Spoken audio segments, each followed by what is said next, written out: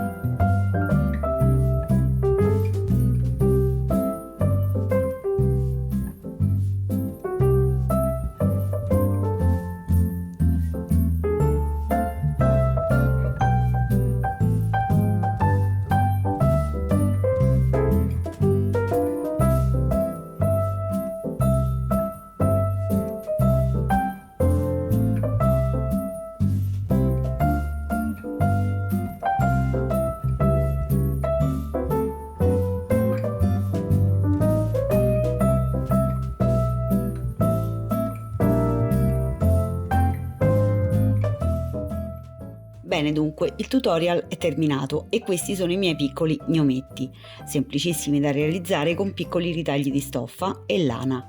Se non avete la lana potete usare lo spago o la raffia. Il tutorial ha un cartamodello per un cappello piccolo e un cappello un po' più grande.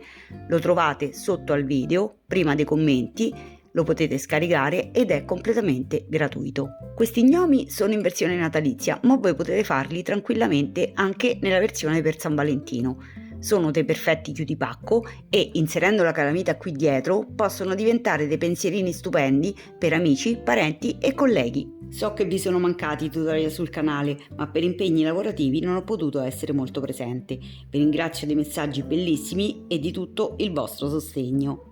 Ringrazio anche i nuovi iscritti che sono stati numerosissimi e vi rimando al prossimo video, ma prima vi ricordo sempre di iscrivervi al canale se non l'avete già fatto e se il video vi è piaciuto di condividerlo. Ciao!